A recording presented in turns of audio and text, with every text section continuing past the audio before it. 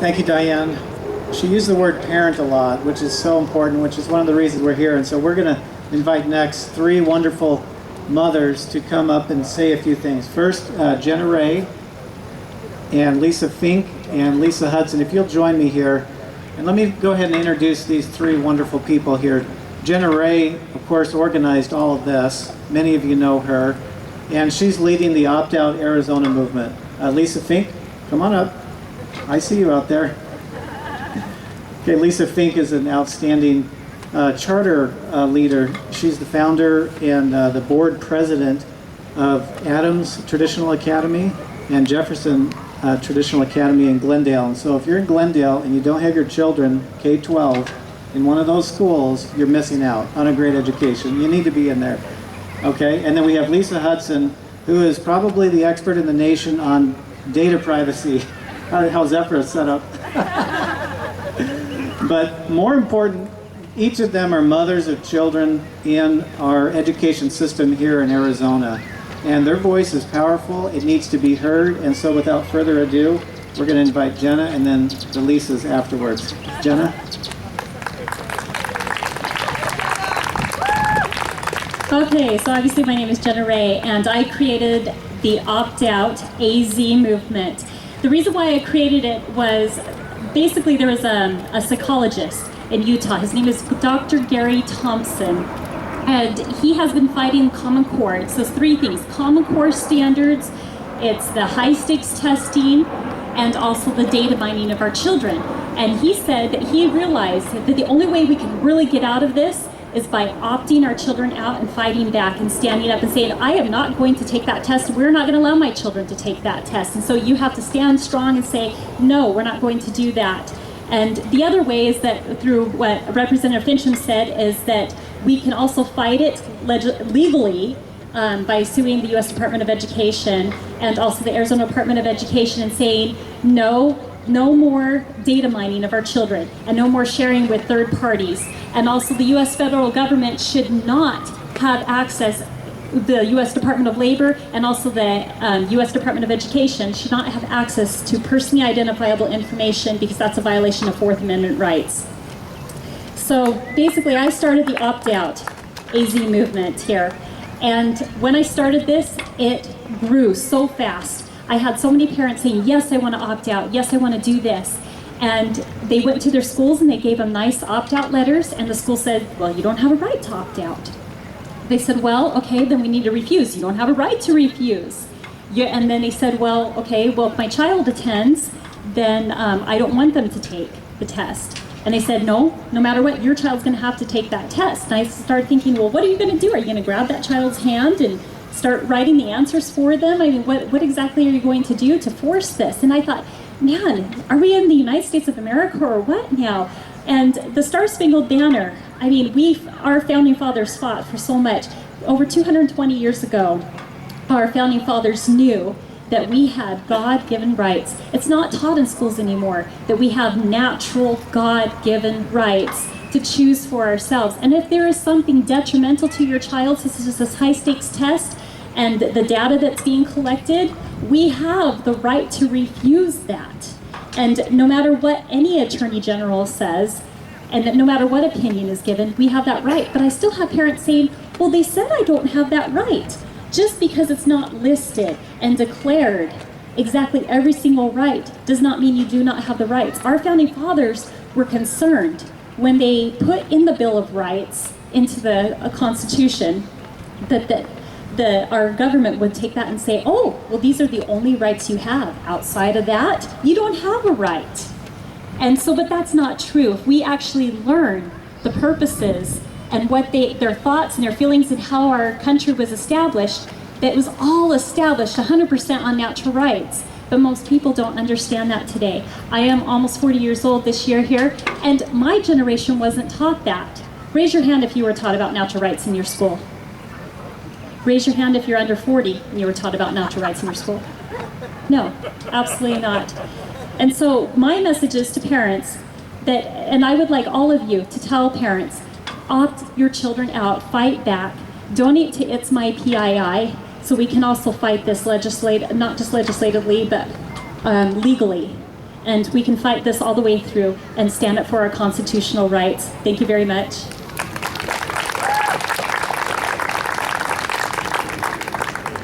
Well, my name is Lisa Fink, as the chair stated, and Jenna stole a little bit of my thunder, Gary Thompson. But just to let you know that as I stated, that I was board president of the organization's Choice Academies Incorporated, but includes Jefferson Prep and Adams Traditional Academy. And one thing that I found out when I first came here to Arizona is that I was concerned about the education for my children. I have 6 kids, and when my eldest was 3, I was like, I've got to look around. And so I looked around, and there was the charter school movement, which gave me an opportunity to choose to look around and see what would work best for my children.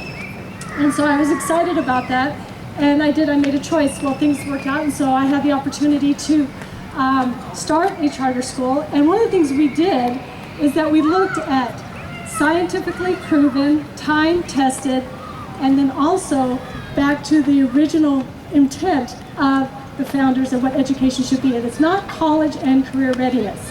It is to have our children be self-regulatory, to be independent, and to be good citizens of the United States of America. That they knew that they had to be able to read, write, and to be able to determine if the laws that were being passed were constitutional or not on their own. And so we went back to those original founding principles of education. When Common Core came out, I was very concerned. First of all, it doesn't go along with what I'm used to, being scientifically proven, time-tested, and according to the principles of the founding of this country. And so that is why I started to voice my opposition to Common Core. And I have to tell you, I was a lone wolf, even in the Charter Association arena. And but that was a grave concern of mine. And also the other thing was that parental rights were being mitigated and not being recognized whatsoever. And so therefore, that was also a huge concern of mine as well, because as Jenna said, not all the rights were listed, but if you read in the 9th Amendment, that whatever is not listed is reserved back to the people and to the states respectively. So we do still reserve those rights. And also another issue is that I used to be also chairman of the Arizona State Constitutional Commemoration Committee. And there's a little bit of civic confusion with this last round. The Department of Ed and school officials were saying, well, it's illegal to opt your child out. Well, what branch of government makes laws? It's the legislative branch. And the legislative branch does recognize parental rights. The Attorney General is part of the executive branch, which is to help, enforce or to carry out those laws. And unfortunately, with this opinion, that has not been substantiated. And also, the Attorney General's opinion is non-binding, and therefore it is not illegal for parents to opt their children out. So those are some of the things there. And I kind of also want to go back, because I did a lot of work with the Constitution and that, but I want to kind of go back to the Boston Tea Party. Now, if you recall, why did the colonists seek to throw out the tea? Well, first of all, England has said, you only can have this tea, and we're going to tax it, and we're going to collect your money, okay? And the colonists said, hey, you're taxation without representation. We had no representation to determine this, this law, and therefore, instead of taking the tea, they went out and they dumped it. Well, if you look at the AZ Merit, first of all, we were forced to take one test. Why can't we have a mini assessment? We're not against assessments. The colonists weren't against tea. We're not against assessments, but we want to have the opportunity to be able to choose. We have a menu of assessments bill. We would like to be able to choose which one meets and goes along with our mission and philosophy. And then also the other thing was, if you look at it, that it was through the State Board of Education, and they were not elected. They were appointed by the governor. And so one of the ways, and also Jenna referred to Dr. Thompson, I spoke with him personally as well. We need parents to opt out. That's what's important. Exercise your authority. And, it's not going to be easy. I look back at my ancestor, Joseph Taylor, was a Revolutionary War veteran. He served from 1775 to 1779. You don't have record of it, but I'm guessing he went to Boston, New York, Valley Forge, Princeton, and Trenton. He did all that so I could enjoy these freedoms. I must do the same for my children. Thank you.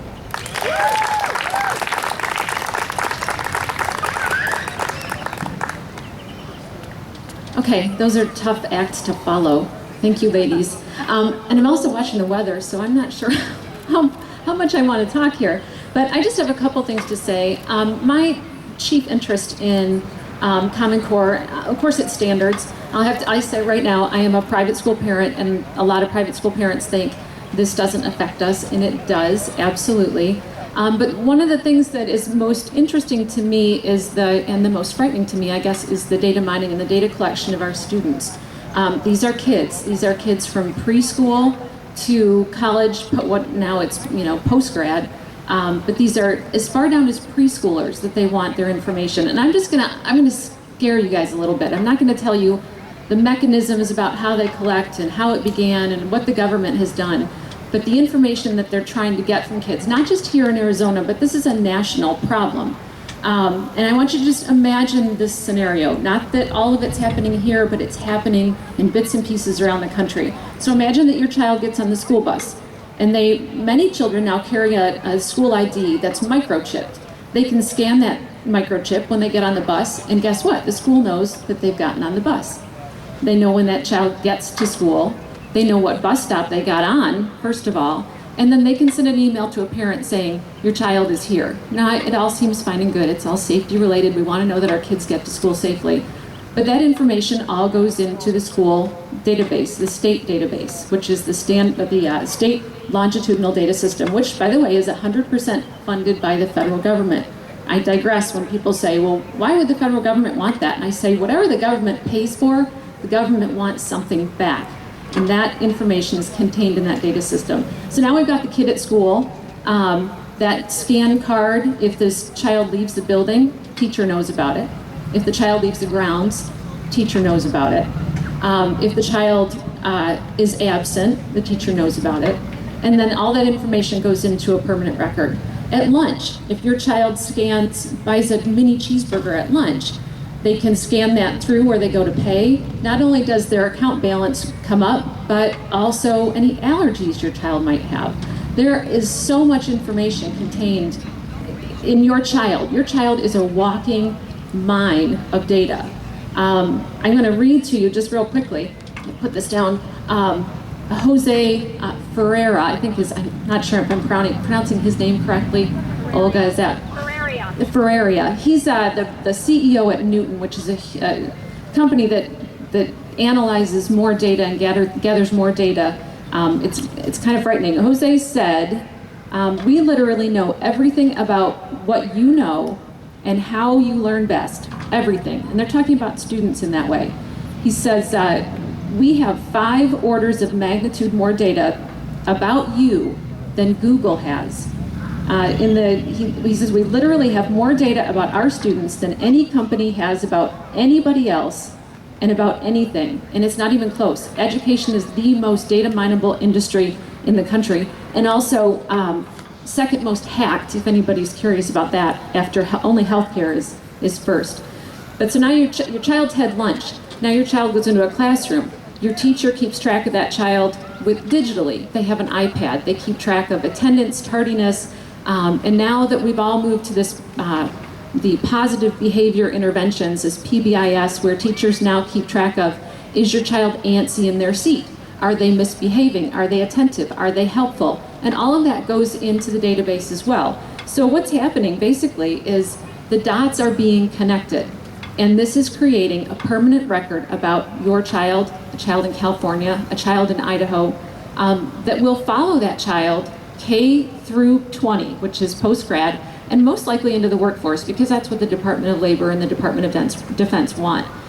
So another thing that I want you to think about is that when we met with the governor in the spring, we brought it to his attention that the Arizona Department of Education was accepting applications for the release of this student personally identifiable information.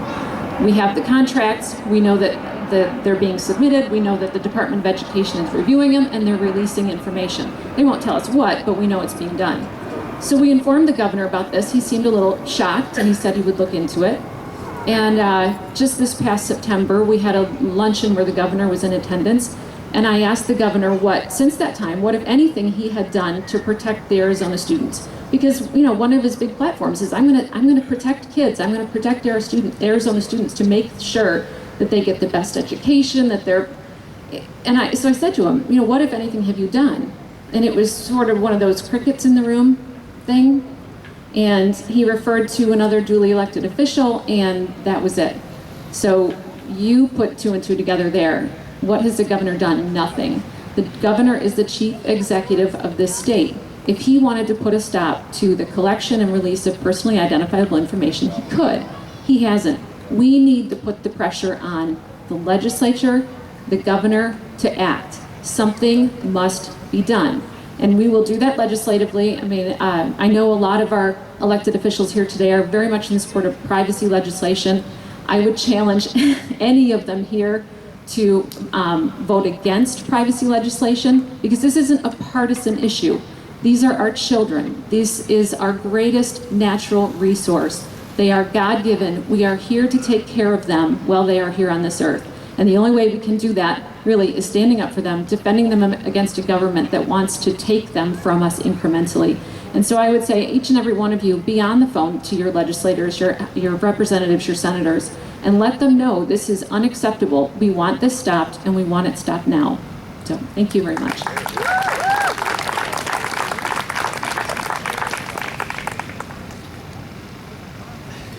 Thank you, Lisa. We appreciate the comments in the education, and she really has done more research than anybody in this nation on that particular topic, and we're really lucky to have her expertise here with us. I want to invite up 3 people here, and while they're coming up, I'll make their introductions. Vicki Alger, she could come forward here. Jeff Greenspan and Christina Curso. We want to hear from them next. Let me introduce these individuals, and then I'll just let them go ahead in that order. Vicki Alger is a senior fellow at the Independent Women's Forum, currently working on a book examining the history of the Department of Education. Jeff Greenspan is with the Arizona Liberty Caucus, and Christine Accurso is a director of First Way Community Pregnancy Center. It doesn't have all that in here, but I know what, and she's one of the great, strong, leading voices of protecting our children's right even before they're born. So we want to hear from Vicki, Jeff, and then Christine. Vicki? Thank you so much. And I want to just say how honored and humbled I am to be here. By profession, I'm a researcher, but I'm a wife, I'm a stepmom, and I'm an Arizonan. We pride ourselves here in Arizona as being the national leader in parental choice in education. Common Core and parental choice are 2 mutually exclusive positions. So thank you, everyone here, for your work. I just have a few brief remarks. The more we learn about Common Core, the less there is to like. Common Core was supposed to make our children ready for college and career, and we now know that those standards will not get the job done. Experts on the validation committees agree, number 1, Common Core was a political sellout. It is, quote, in large measure a political document, watered down, not strengthened, by practices in the highest performing countries in the world. 2, Common Core's notion of college and career readiness, quote, may decrease, not increase student achievement. So the standards aren't higher, but the price tag sure is. All told, Arizona received $25 million to put these standards in place, but we're spending at least 15 times that much. And we're spending all that money on politics, not students. The approved curriculum is showcasing partisan agendas concerning labor unions, healthcare, and the environment, along with more graphic, adult-themed books under the auspices of providing diversity and toleration to children. But the problems don't stop there. Common Core violates our privacy. Personal information is being collected right now about students and their families, including family income, political affiliation, religion, and students' disciplinary records, all without parental consent. Ultimately, Common Core rests on the faulty premise that politicians know better than you do. In fact, our own Attorney General claims we have no opt-out rights under Common Core. Parents know and love their children best. We, not any elected or appointed officials, should dictate how our children are educated and assessed. Thank you very much.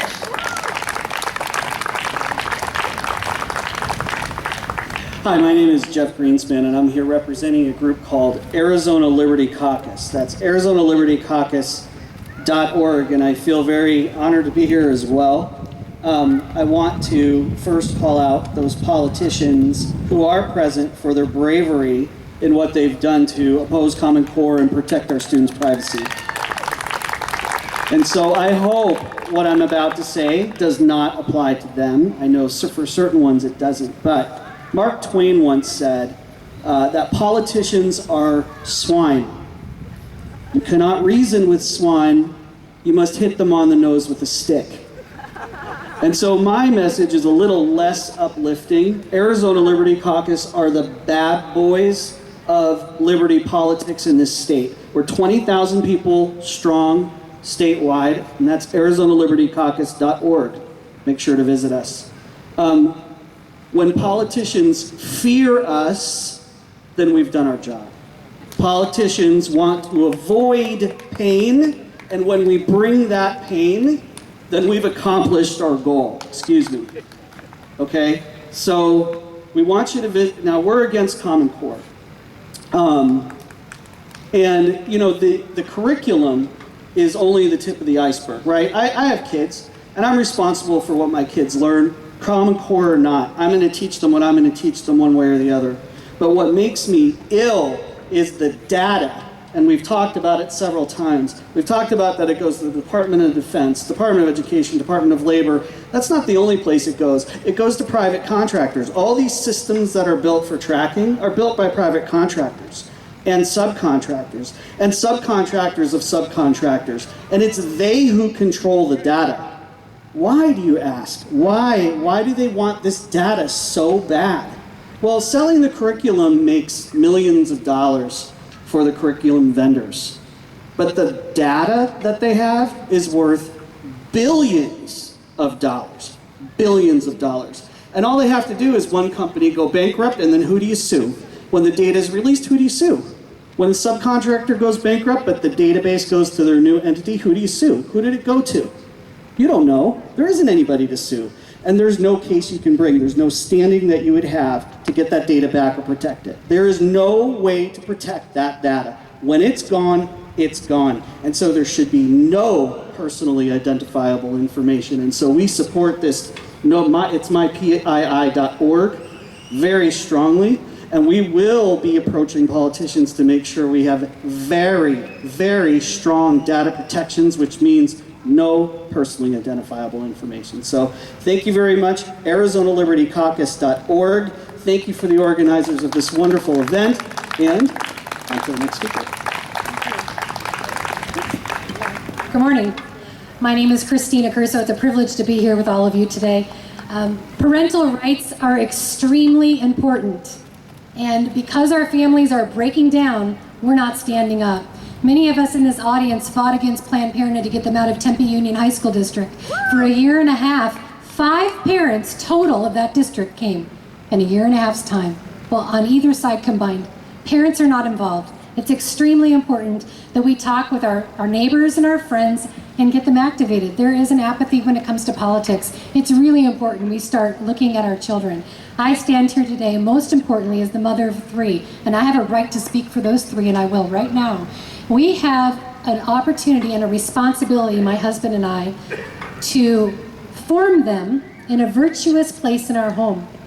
We choose to be able to extend that education opportunity in our neighborhood, But more and more, every single school I see is not reflecting and complementing what's happening in our home. And that's the reason it's hard to send them out to school every day.